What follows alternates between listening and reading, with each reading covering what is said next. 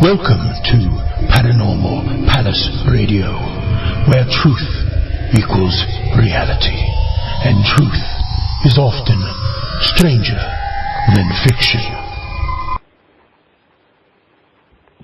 Hello everyone, welcome to Paranormal Palace Radio. This is your host, Royce the Redneck Radio Man, and joining me today is psychic detective Nancy Meyer, and we're going to be talking about The Silent Witness, which is one of her books, and she also has a new book coming out that I told her I would like to mention as well. In fact, she gave me the title of that just the other day, and I still have the email where she sent it, but I don't have it. Oh, here it is. It's called A Love Story from Beyond the Grave, and I think this has to do with her parents. I'm not sure, and I don't want to get off into lying to people accidentally. I'll let her confirm that in a minute. But maybe she can tell you a little bit about both of these books, and I also wanted to talk to her a little bit about her career and solving crimes for, the police department and the FBI. So I'm going to go ahead and bring her in, and we're going to find out a little something about her. Nancy, how you doing today? I'm just fine. How are you? Oh, I'm doing just great. And I almost forgot a minute ago to tell my listeners that they could also learn more about you by going to your website, which is www.nancymeyer-psychicdetective.com. And if y'all scroll down under the chat room, you will see her picture in the show description, and below that a link to her book at Amazon, Psychic Witness. And it might be out of print over there. I didn't see a price by it, and I'm not real clear on all their, the way they got their thing navigated and formatted over there, so I just put it up there in case it wasn't. And also, if y'all want to ask questions, the call-in number is 832-632-7904. So, Nancy, you want to tell us, were you just born with the psychic ability? I was, and I was very lucky in that for most of my life, when I was young, nobody realized what I was doing. My dad was in the U.S. Foreign Service, so I was traveling all over the world and living in a lot of foreign countries.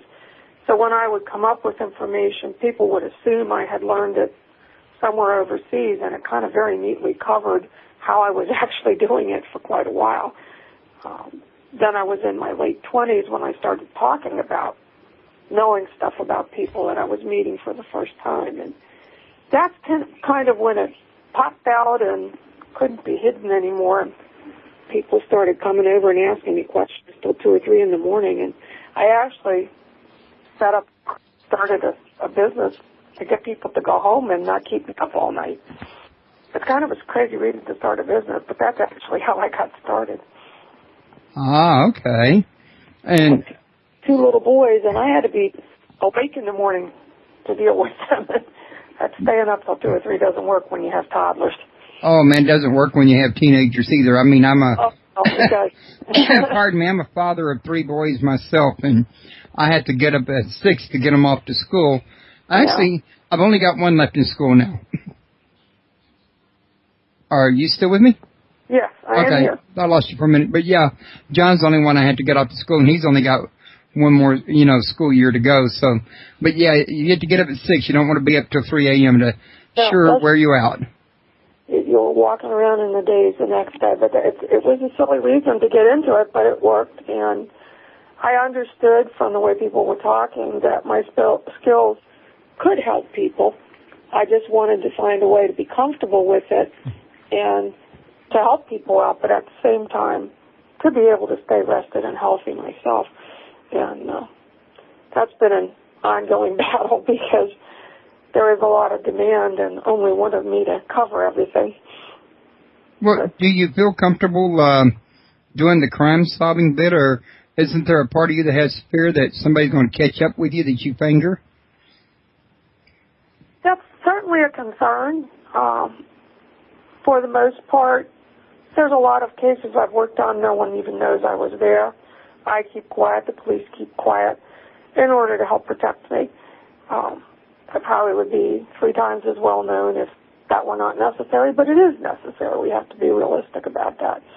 I have been very blessed in that I've only had one or two incidents where there were problems, and the police took care of that very quickly, and it actually aided in confirming that what I had given them was correct. So I've been very lucky and very blessed to have good detectives that I've worked with, and that when something went wrong, they were able to help very quickly. So, does this take a real heavy emotional toll on you dealing with homicides? Yes, and it does in some ways. I'd have to say after this many years that I'm more accustomed to it. When I first started, it was rough. It was really tough. And to this day, the murder of children is just abhorrent. It's so against nature, and it's just very hard to deal with those to this day. And children that have been abducted and hurt. I mean, these things are everybody's nightmare. But you develop a way of keeping a distance.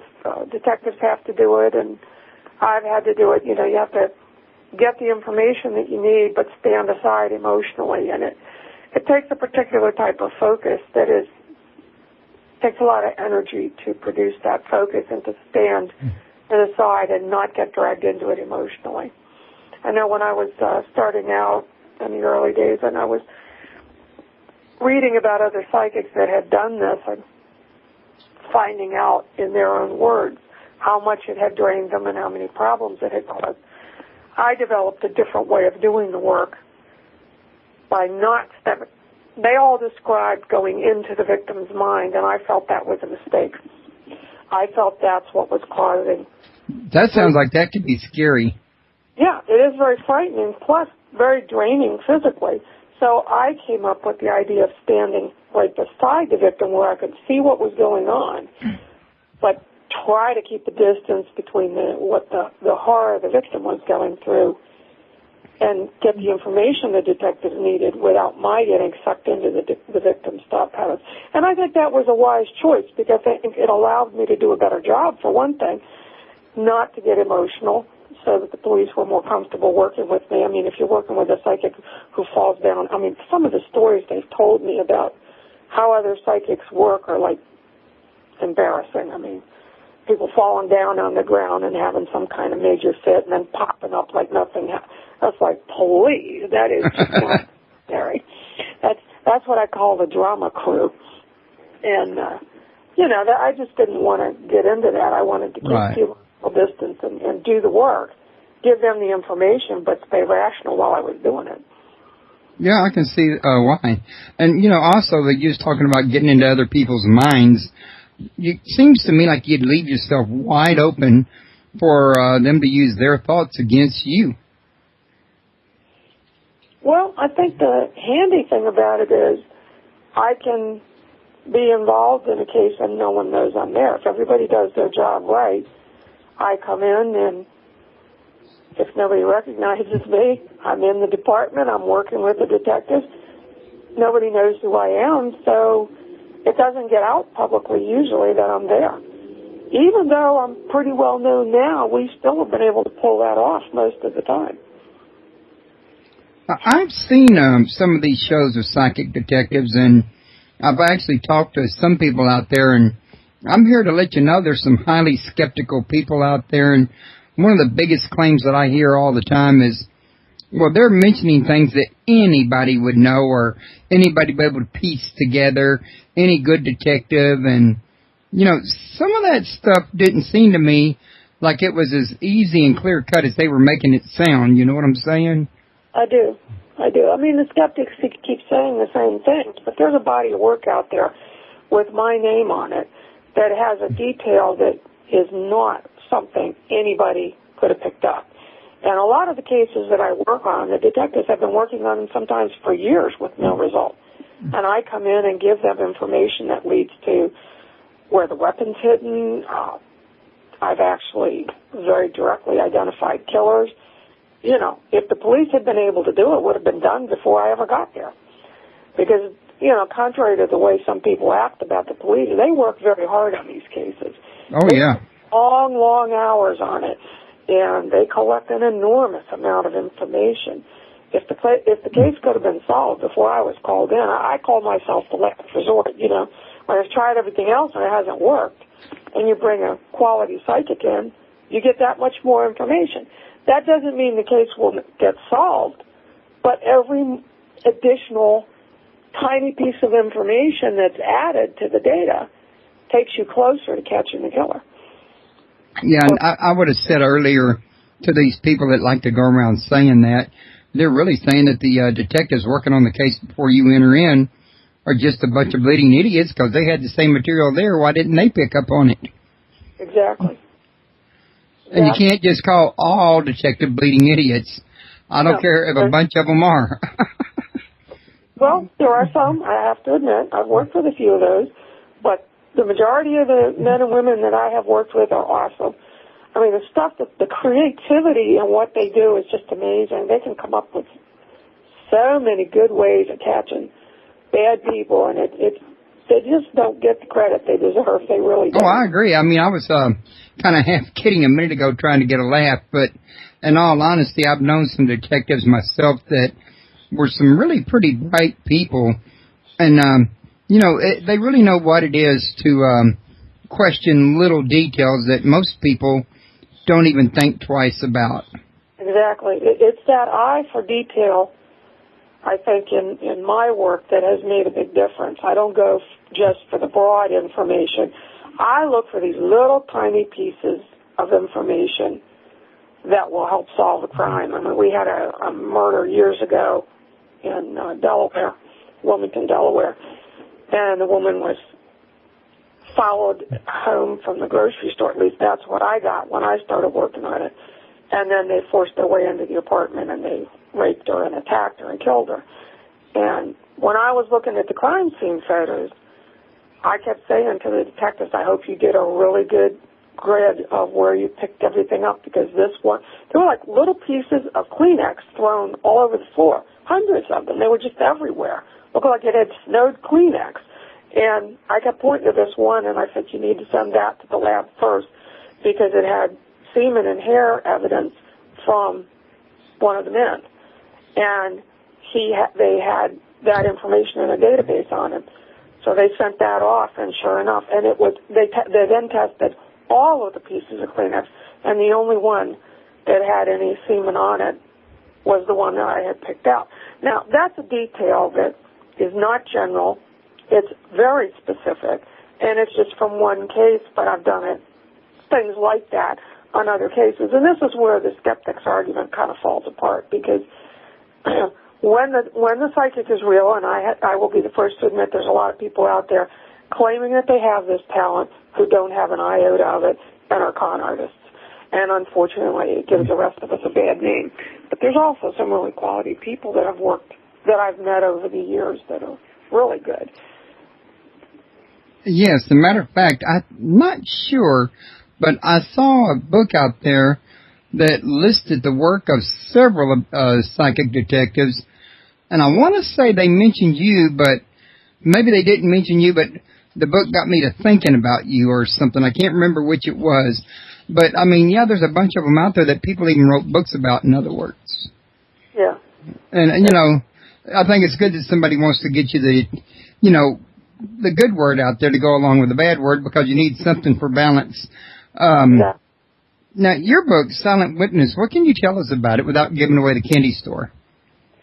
Silent Witness, the true story of a psychic detective, is about the beginning of my career. And it talks about some of the early cases and how I got into the work in the first place.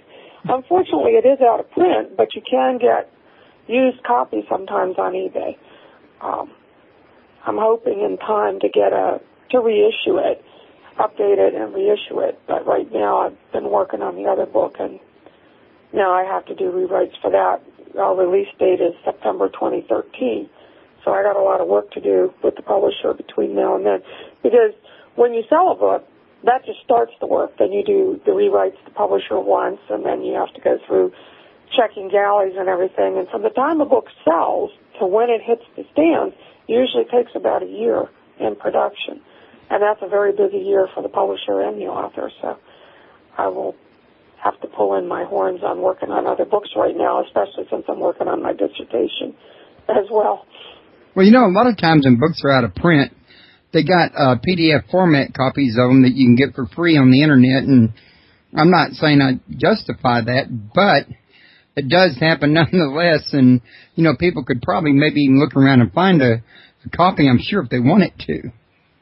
Yeah, and it's available in some libraries, too, because it was recommended. It got good reviews in Kirkus, and so library purchases are made on that, so there may be copies in local libraries as well. Now, I read the description of your book over at Amazon, and one of the things it pointed out was that you had a rather unusual start with your psychic ability. There were some pretty unbelievable things that you were saying or something, but they found out later that what you were saying was actually right, even though it sounded very strange. Are you talking about when I was first starting out? Yeah. Yeah, I was actually giving I had been working with clients for quite a while, and I was asked to do a seminar for a community college. And I was doing readings from the audience, and a gentleman from the left side of the room handed me a ring, and I took that ring, and I knew it wasn't his ring, so I started looking around the room, and I spotted the man that I felt the ring belonged to, so I started reading him, and I started describing the new job that he had just found out that he was getting, and I described it so clearly that he just stood up and said, "Stop, don't say anything more, it hasn't been announced publicly yet, and I'd really appreciate it if you wouldn't proceed." Well, because he had given his ring to somebody else, I needled him a little bit by going just a little bit farther, not revealing anything extra, but giving a little bit more information that he knew was accurate. And he's just like, "Please stop, please stop." And it turned out that he was the man that had just been given the job of the colonel of the Delaware State Police, who was to be the next head of the whole Delaware State Police. Only nobody knew it, and there were a lot of police officers in that room that ended up really laughing because they realized what I was describing, and nobody had known that publicly. Now, and that got him interested in getting me working on cases, and he pestered me for 9 solid weeks. He called me every single morning on the phone to get me to work on these 3 murder cases, and I really didn't want to work on murder cases, and I told him that. I tried every argument in the book, and he just did what he called polite police harassment until I finally agreed to work with him on some cases. And I really thought I wouldn't be able to be any good at it, and that would get rid of him, and he'd quit bugging me. But I actually turned out to be, when they checked the information out, it turned out to be quite accurate. He was really pleased. And after that, as Colonel Smith has often said, they wanted to work every case with you. They got lazy and they didn't want to do the police work themselves. And I just go get Nancy and we'll figure it out that way. So if it hadn't been for that one incident with the ring, you may not have gotten involved with the police department or any other legal... Probably not. I mean, I was avoiding it like the plague. I didn't want to do police work. It's nasty stuff. I mean, they're looking at the worst that humanity can do to each other. It wasn't something I wanted to be any part of. I'm not so sure I'd want to be a part of it either, although I have to admit I watch Columbo with my wife quite a bit, and Criminal Minds, I got a knack for telling her what the end is before it gets there. Yeah. But, you know, oftentimes on TVs they give you the deliberate body language that tells everything in advance because they know some people like me are going to just put it all together. Well, then the really good writers throw in these misleading cues that lead you off in the wrong direction. The thing that's neat about it is that doesn't fool the psychic person. And my kids always said, "Mom, you can watch this show with us as long as you agree to not tell us the ending," because I would just pop out with the ending, and I had to learn to keep my mouth shut. Well, I was never psychic. I just one of those fellas that had a knack for reading body language and, you know, picking up on details and putting 2 and 2 together. Yeah. That's what everybody says. I hear you saying that. But there's a certain amount of intuition present in every single human being. And what I have is simply an overdose of that.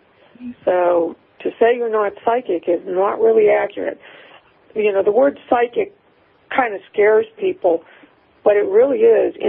the survival instinct, and some people have a lot more of it than others. And I've heard people say that everybody is really psychic, but in most people it's dormant because they haven't learned how to activate it yet.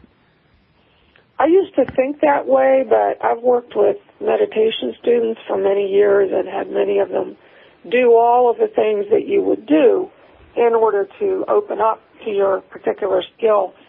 And I see all kinds of different levels of skill come out. Some people just can do one thing. Some people can do several different things. I think it's like a lot of talents. For instance, my mother was a professional artist, and, I mean, she could just look at something and draw it on the back of an envelope, and it was beautiful. You know, the rest of the world may be dealing with stick figures. You can still draw, but it's not in the same category with what a professional artist can do. It's a talent, and there's certain levels of it. It's kind of like a big league ball player versus little kids in the sandlot. You know, it's just different levels of talent and years of training and using it. Well, when it comes to art, I can't even work with stick figures. It's just not one of my, given talents that comes to me naturally.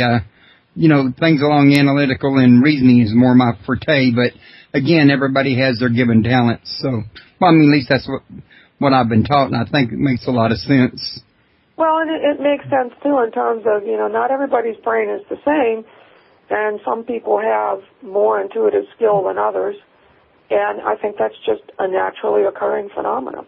And I think that having some intuition is present in a lot of people, but it's not very well developed, and some people can't develop it no matter how hard they try, and other people seem to be able to develop it like falling off a log. Yeah, that is true. But back to your book, The Silent Message, does this have a case history of like many of your different cases you've actually worked on in there? Yes. And the co-author on that was my husband at that time, and he was an editor. And he had been in newspaper business for many years, so he did the interviews with the police officers because it was easier for them to talk about what had happened when I wasn't in the room. So Steve did the interviews with the officers about working with me. So you get first-hand accounts from police officers that worked with me in the book describing their view and their reaction as the case unfolded. Well, I'm very glad I asked you that because it could have been a book about you telling about yourself, which, a lot of people have their own bias, whereas this way you're doing it with the cops. They're doing it for you. Well, your bias is left out of the picture altogether. Well, not entirely, because I'm in there talking about my own memories of what happened and also talking about other experiences in my life. Oh, okay. But so then some of it can be compared to what they said and see how well y'all's memories match? Yeah. And it's funny because they remembered stuff I didn't remember, and I remembered stuff they didn't remember. So it was kind of fun in that way when we were reconstructing cases.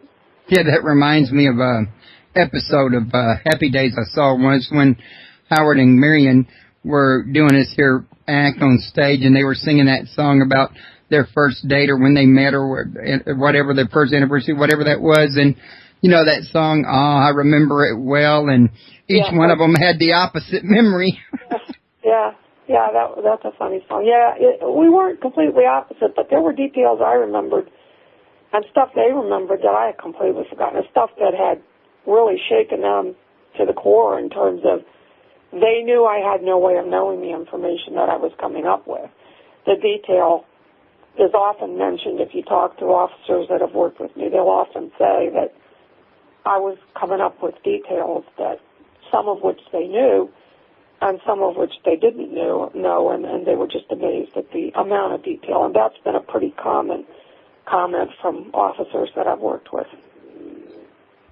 Okay, now, I got a question in the chat room. They want to know, what was the strangest case you've ever had? I think this one is actually in Silent Witness. I was working on another murder case with the Wilmington police, and they came over, the officers working on a different case came over to the desk where we were working on the first case, and they said they needed some help figuring out what the murder weapon was on their case because they had several choices and they didn't want to have to take them all up to the FBI lab. They just wanted to take the one that had actually killed the person.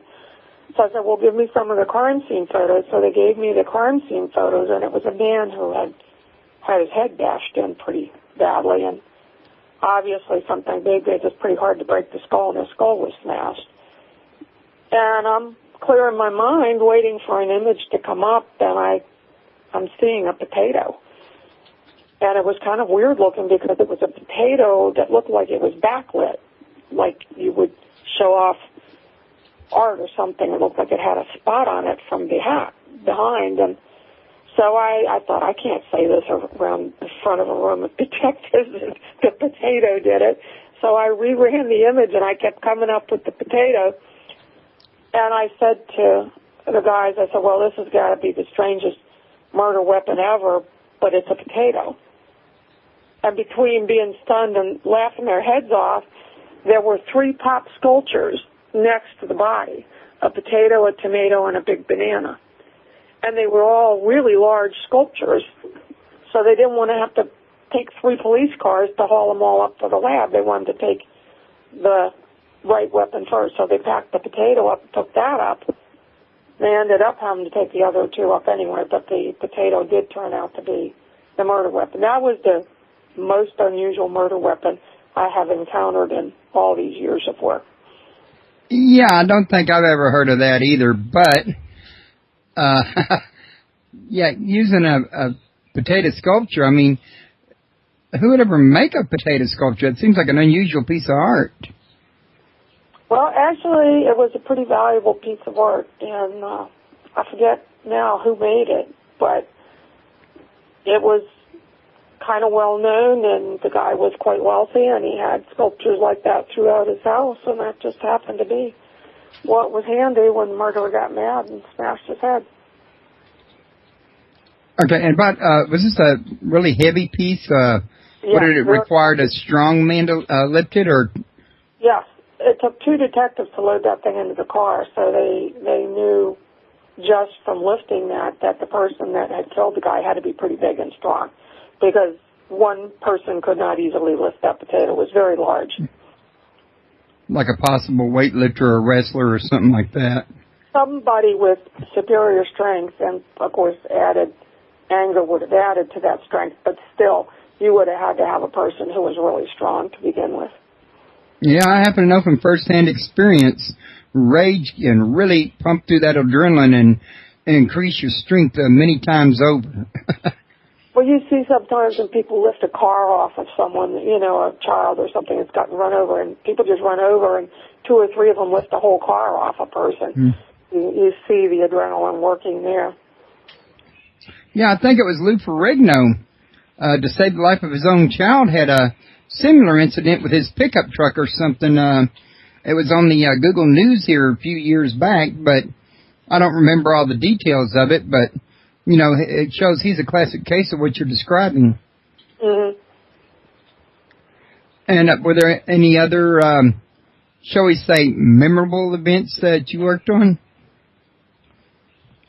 Well, I did work on a missing persons case one time, two times that I can think of, and found people alive. And that's really the exception in missing persons cases. Usually the victims are not alive. And one was a 9-month-old baby, and it was very interesting trying to track a 9-month-old baby because it was in a vehicle and, of course, not tall enough to see out the window, so I couldn't get any cues as far as landmarks or stuff like that. And I, was following the baby for several days, and I was paying attention to what the baby was paying attention to because that's all I had to look at.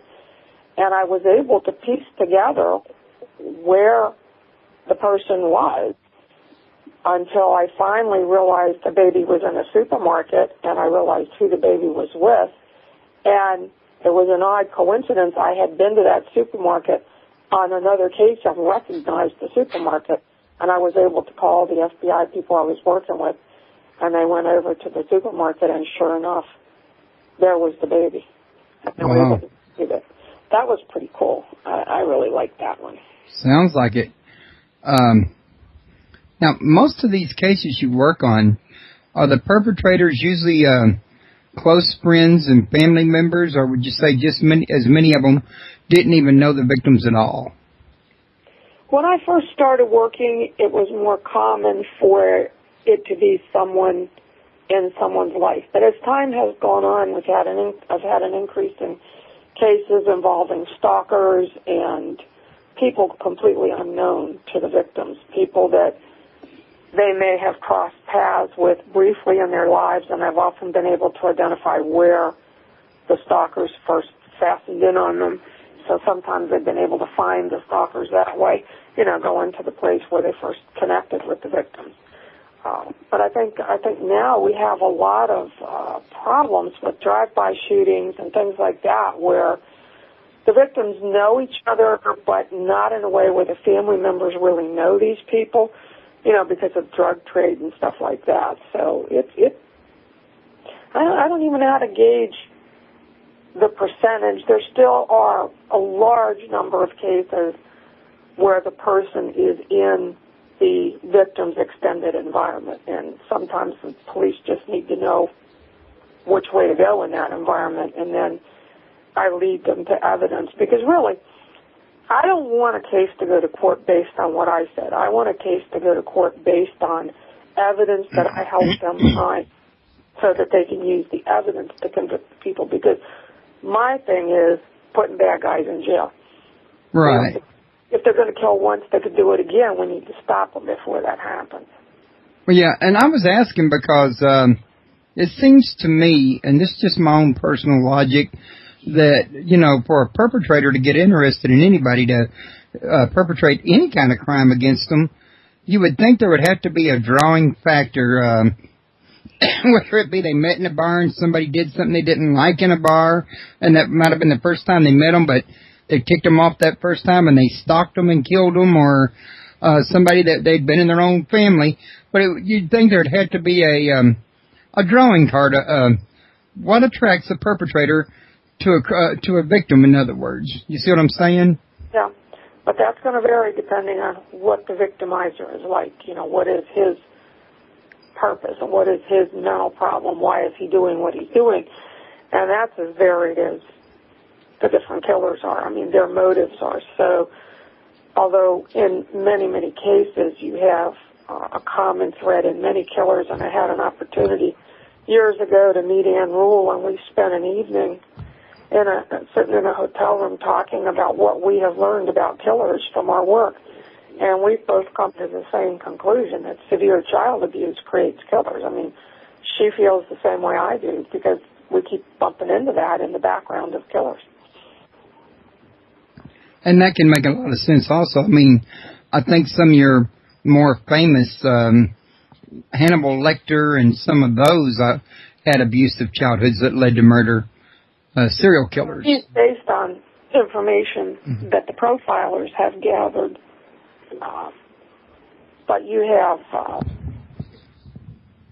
I can't even think of the guy that she initially got involved with to help the book The Stranger Beside Me, which was her first crime book, is the story of a killer who had a terribly, in my personal opinion, terribly abusive childhood.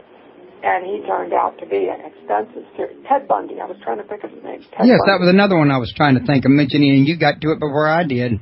Yeah, his child, information, she found information out from former neighbors and stuff in her book. It was just amazing at how horribly he was treated and no one helped him. And then he turned into a monster. And okay, now we got a question in chat. They're wanting to know, have you done any famous cases?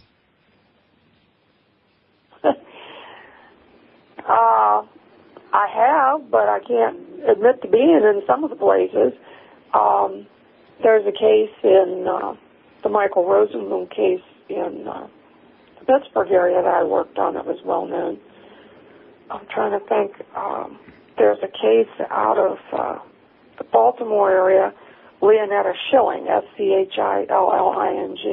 That it came out publicly that I was on that case.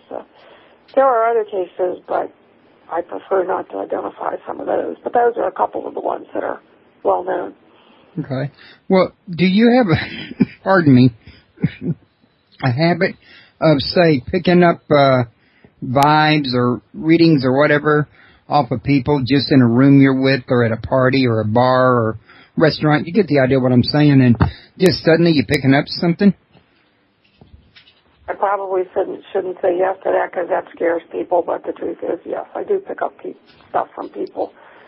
My kids used to get mad because we'd go shopping at the mall, and I'd be walking over to the counter telling people somebody was over there shoplifting and they ought to do something about it. And when the kids were teenagers, that embarrassed them. I pick up stuff all the time, and usually what draws my attention is somebody trying to do something they shouldn't be doing. That will draw my immediate attention. Yeah, I would think it would, but I'd also think it would be inconvenient to you. Well, it can be, but, you know, if you're going to be out and about in today's world, you might as well have a warning if somebody's in the area who's up to no good. You might as well know they're there and what they're up to. Well, sometimes it can be good, sometimes it can be annoying. It depends on what you're finding out. Well, I'm completely used to it, so to me, this is normality. You know, people have said every now and then, does it scare you? No, this is the way my mind works. This is how my thinking benefits me, that I can pick up information and either ignore it or make use of it, whatever I'm most interested in doing, or whatever I need to do. Okay. Well, also, before we get out of here, why don't you tell us a little bit about the other book, the one that I said I wasn't sure if I remembered correctly, but I thought was about your father. Let's see, where did I have that title at again? Okay, A Love Story from Beyond the Grave. Yes, it sounds like it would be a work of fiction, but it's actually a true love story. My parents had a very wonderful love for each other and for all their children, and we saw that demonstrated many times throughout our lives. And he died very young. He was 54 when he died suddenly of a heart attack, and my mother was just devastated. And my dad started appearing, and sometimes he would be just as solid as a regular person, and sometimes you could see through him, but he always came in one way or another to help my mom and to help me adjust to his loss. And this book is the story of the fact that love can survive death, and I thought that this is something that people need to know exists. There's a lot of people who have experiences, and they don't know how to deal with it. And I thought, you know, to have a perfectly sensible person discuss in detail events like this might help people to come to grips with the fact that when you die, there's something that happens beyond life and that the soul continues. Okay, now, are you still in contact with your departed ones? Yes. Okay. Are you able to contact departed ones of other people? If they want to be contacted, I have done that.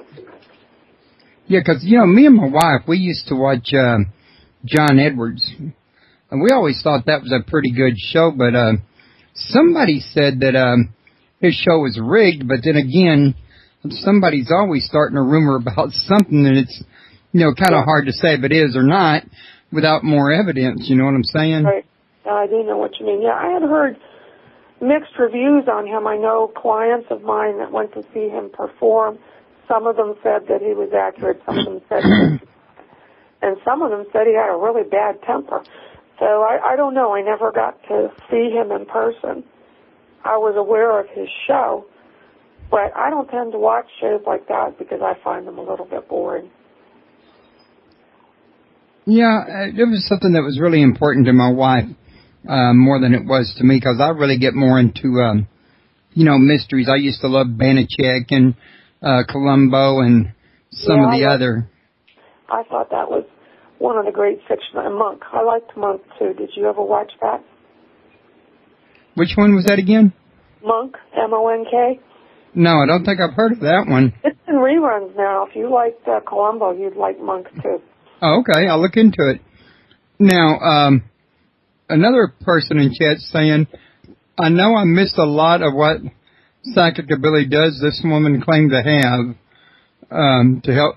Okay, now this guy's wanting to know what psychic abilities do you have that helps you solve murder cases? Well, it's a combination of skills, and that's, I think, one of the reasons that I've become more prominent. I don't just do one thing. I can sense things. I can visualize things in my head like a movie running. Sometimes I get odors that turn out to be important. I can pull up information from the past, and sometimes I've even tracked a killer using the mind pattern that I can now recognize as to where they currently are. And we've been able, police have been able to go in and pick them up. So it's a variety of, it's a pretty broad spectrum of things that I do that allow me to work on police cases. Okay. I mean, technical names for some of it is clairaudient, clairvoyant, clairsentient. Well, what would you say to people who are hoping to develop some of these skills? Well, I think the most effective way is paying attention. It sounds odd, but a lot of times stuff wanders in, and then you notice after a while that you had that vision or that dream, and then it came true later. You want to kind of say thank you to whatever source that information comes from when you realize it was accurate. Because it's kind of like listening to advice from a friend. If a friend gives you advice and you never listen to it, they don't say as much. They'll just say something occasionally. If you thank them and you pay attention, that ups it. The other thing that seems to increase it is if you can do some form of meditation. And daydreaming, which we all do naturally, is a form of meditation. And if you can pick an image and let your mind rest from everything that's going on for 4 or 5 minutes, a couple times a week, focus on a very quiet image, not a real busy image. And then if your mind starts to wander, make the image a little bit more busy. Like if you're watching, if you're sitting in a meadow and your mind starts to wander, you can bring a little fawn out on the edge of the meadow. Don't make that fawn do too much because you don't want to solely focus on that and then make yourself, because you have to put your mind in an open receiving state to right. get some information. And most of our culture teaches us to close our minds and send out information. And it's kind of like a CB radio. If you've got your finger on the send button, you can't hear what's coming in. And that's the transition that meditation teaches you to do. That's the same thing I used to say to my kids in different words. Because, kids always want to pay attention when they're getting preached at. And, they'd be talking. I'd be saying, your receivers and transmitters do not work at the same time. Right. Kind of like watching a beagle on a hunt. You try to give that beagle an instruction. He can't hear you because his whole focus is on his nose and what his nose is telling him. So you have to have a loud enough noise to break his concentration to make him realize that you're giving him a command. Now, I was going to say to what you were just saying a minute ago, though, that my wife come home from Knitting Hearts class at church today and stepped into the kitchen while I was getting a glass of water and said to me, I had a horrible dream last night. I dreamed Obama was reelected. So would you say she ought to make a mental note of that and see if it comes to pass? Sure, why not? She's sitting there talking about it in the chat room now.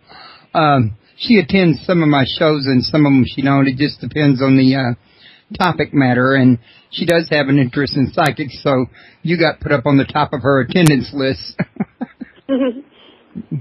But, yeah, she came in and said that, and I was listening to you, and I was like, well, maybe we ought to just wait and see if that one doesn't actually happen then. It could be a sign. Yeah. If she's got some intuitive skill that may be coming in, and whether you like the information or not, if you want to make use of your psychic ability, you kind of need to acknowledge it's there. And sometimes that changes the frequency. Then you get a little more information. Then you start saying thank you to wherever that information is coming from, even if it's just your own mind or it's coming directly from God or whatever your beliefs are. You say thank you when someone does something nice to help you. And that's how I view it. I really think this is an early warning system. I mean, the early Aborigines in most cultures This is what they used to find water. This is how they found food. They used these skills to survive. We don't have to use them as much to survive now, but we do in a way, because I don't drive. We have a 4-lane highway around here that's not that, in my personal opinion, is not that well designed, and there's frequent wrecks on that road. I don't get on that road without ranging the environment around me, and on more than one occasion I've pulled off the side of the road and watched a wreck happen, but I haven't been in it. And I've done that a couple times when I've been in police cars with people. I just say, pull over, there's going to be a wreck, and they pull over, and the next thing you know, they're having to help clean up a wreck, and they're all mad at me because they wanted to go work on the murder case, and we had to stop and deal with the wreck. I said, hey, I didn't make the wreck, I just got us out of it. But, you know, that's what it is. It's a survival instinct. Well, you know, I would tend to have to agree with you on that. I mean, to me, if a person doesn't listen to their instinct, B, doesn't believe in themselves, well, how could they have any kind of intuitive, thing going for them without doing at least both of those two? I always tell people one of the most useful things about psychic ability that a lot of people have and don't pay attention to.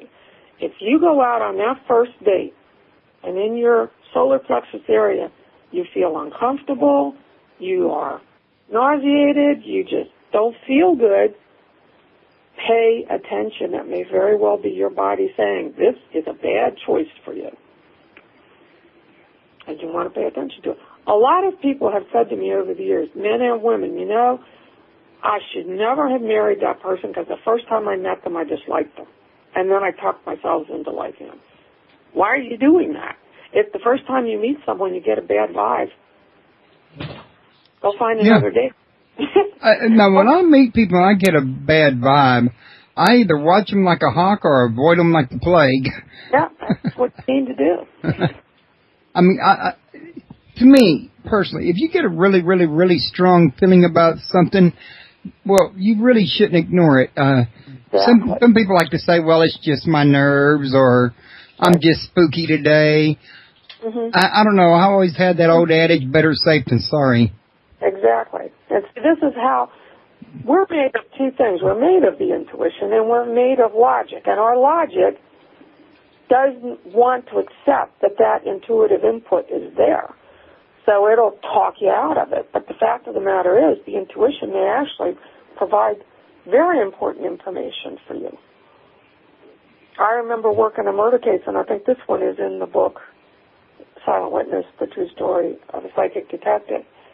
The young woman was murdered, and she had actually had a nightmare for a month or so before it happened, in which she saw the face of her killer. And she had described the killer to her roommate.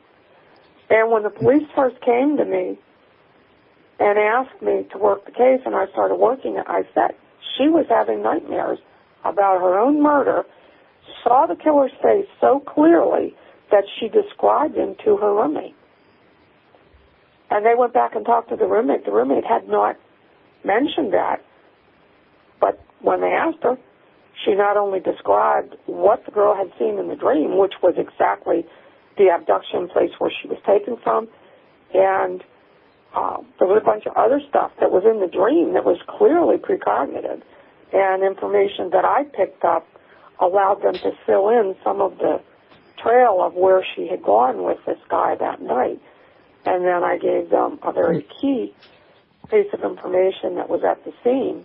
When they did finally find the body, they found the two pieces of physical evidence. There's only two pieces of physical evidence at that scene where the body is that connect directly to the killer, and he can't talk his way out of those two pieces of evidence.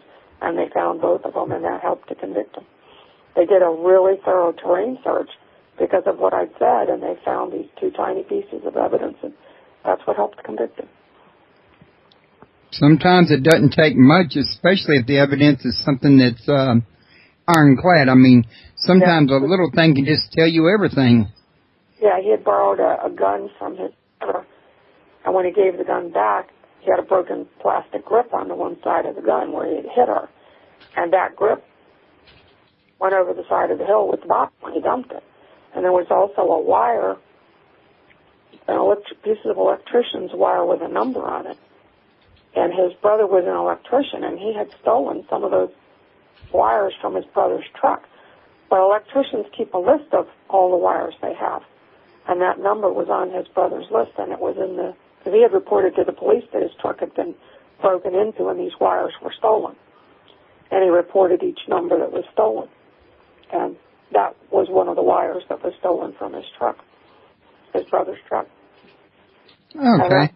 That helped to convict him. So that's the kind of detail skeptics would have a hard time arguing with, because nobody knew, until I came on to say, nobody knew that that man was guilty, and nobody knew about those two very key clues, which were at the scene where he dumped the body.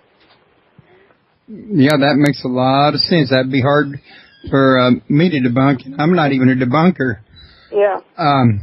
I was going to say we got down to about 10 minutes remaining, and, I usually would offer another hour if you were interested, but I kind of pre-promised myself out to Anthony Sanchez. He's got a conference going in Sacramento, and he wanted me to attend via Skype and interview some of his speakers, so I've still been waiting to hear from him, and I'm trying to keep an open line. He knew I was going to have this interview today, but he was thinking I could, join him after the interview. So I was going to say, do you have anything else going on that I haven't thought to mention or you'd like to tell my listeners about? Well, I don't know that we've mentioned that I also am a part-time college teacher and working on my doctorate, so I have a very strong logical side to myself as well as the psychic, and I think that's not real typical of psychics. Many of them are not real logical. I happen to be pretty balanced, and I think that's made me better at doing what I do, because I can look at the case from the logical point of view of what police need to prove a case, and then I can approach it and get clues that will help them to take the case to court. But I think we've covered a lot of, Well, I got to tell you, it's been a pleasure having you here, and I did not mean to interrupt you just now, and I apologize for that. It's okay. No problem. I always say when you're having a good conversation, it includes interruptions. Well, I mean, especially when you can't see each other. Yeah. But I do my best to try not to interrupt it, because, I was always taught that it's kind of rude, and really I believe it is, and I get a little, I chew my kids out when they do it.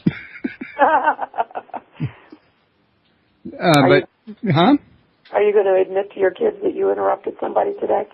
Oh, they know I do it. I interrupt them sometimes. Or we go to speak at the same time, you know what I'm saying? I know what you're saying. Which I think is what happened to us a second ago. But I was going to say, it really has been a pleasure having you on the show. You're a very interesting person, and, after watching some of these shows, I'm really glad to talk to somebody like yourself that, I can support what you're doing, and, because a lot of times I'll be telling my wife, when she'd be listening to these people, throwing out this debunking out there, I'd be pointing out to her the flaws in their thought process. Mm-hmm. And then sometimes when there wasn't a flaw, I'd point that out too. It would really just depend on what I was looking at the time. But I like to be able to, support people like you, because I think you're doing a great job. And let's face it, all these detectives wouldn't keep using you if there wasn't something to what you're doing. Exactly. Well, and one detective, I found out they have the most efficient gossip systems. If I was working a case in northern Delaware, and I had my dad's cousin was working at the barracks down in Bridgeville, Delaware, and we figured it out. It took an hour and a half for the news of what I had done in Newcastle County to get down to Sussex County. And then they go to conferences, and I always knew when the guys had gone to conferences, because all of a sudden I was getting out-of-state calls, and I'd call them and I'd say, "You were just in a conference in Oregon, right?" "Oh, yeah, we were. You getting calls from Oregon?" I said, "Yeah, I'm getting calls from Oregon." So that's that word-of-mouth aspect. And, cops do not recommend something that doesn't work. They're very practical people. They don't have time to waste. Plus, they were also, told to deal with just the facts. And, intuition has very little to do with crime solving. So I would imagine it would be a major obstacle just for them to consider using a psychic. much less growing to depend on one. Yeah, that is a problem initially, but once they find out it works, it's like, aha, now what else can we do with this? And I always tell them they're psychic too. They just don't admit to it. They say they have hunches. That's what they call it, gut hunches. I'm like, or they say instinct. And I said, what do you think I'm using? Gut hunches and instinct. No, you have something else. I said, you guys just don't want to admit you're using psychic ability too. But I think it plays a day-to-day role in many people's lives. I mean, you'll be thinking of somebody you haven't seen in a long time. You walk around the corner and there they are. You haven't seen them in years, and they were on your mind, and then you either hear about them or you bump into them. That's one of the most common examples of psychic ability in everyday life. Or the phone rings and you know who's on the phone. And you maybe get lots of phone calls, so it's not necessarily logical for you to hear from this particular person that time of day, but you know it's them.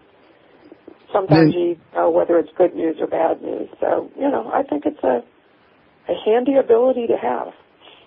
I would feel blind without it. I just, be like taking my sight away if it disappeared. Well, I can imagine so once you get used to it and you kind of get spoilt to it. Yeah. Well, I'm going to go ahead and call this one a wrap so I can make preps for the next one. But I want to thank you very much. And I would love to have you come back in the future. Okay. Thank you very much for inviting me. Thank you, and it's been a pleasure. Okay. Bye-bye. Bye-bye.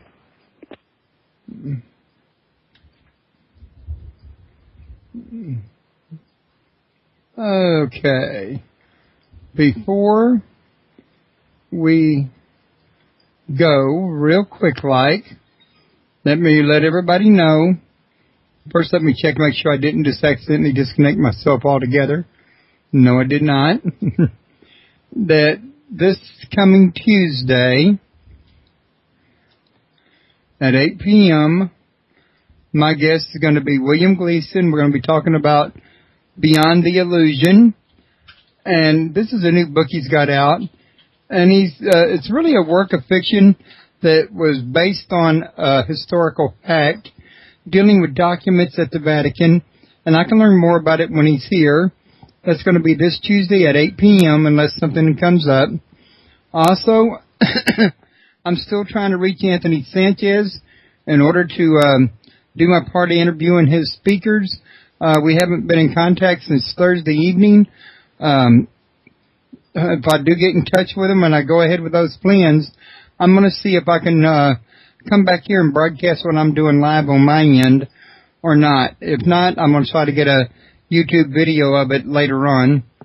And don't forget to visit my friends at United Paranormal International. And don't forget to visit World UFO Today. And also, let me flip over this page for you folks so I can see what I'm telling y'all about. Don't forget to visit supernaturalufos.com. And there's one other, there's also my radio show host friends that I think you'll be happy with. And that's Gary Brown of UKPN Radio, Jim Harold of jimharold.com, Micah Hanks of the Gralien Report, and Mark Snyder of Ohio Exopolitics Radio. Give them all a listen, see what you think. Don't forget to bring people to www.paranormalpalace.com. Let them know that the membership is free. They can sign up for the newsletter, get into chat, and then post to the forums anything they need to do. And with that, I'm going to call this one a wrap and see if I can get a hold of Anthony Sanchez. Thank you very much.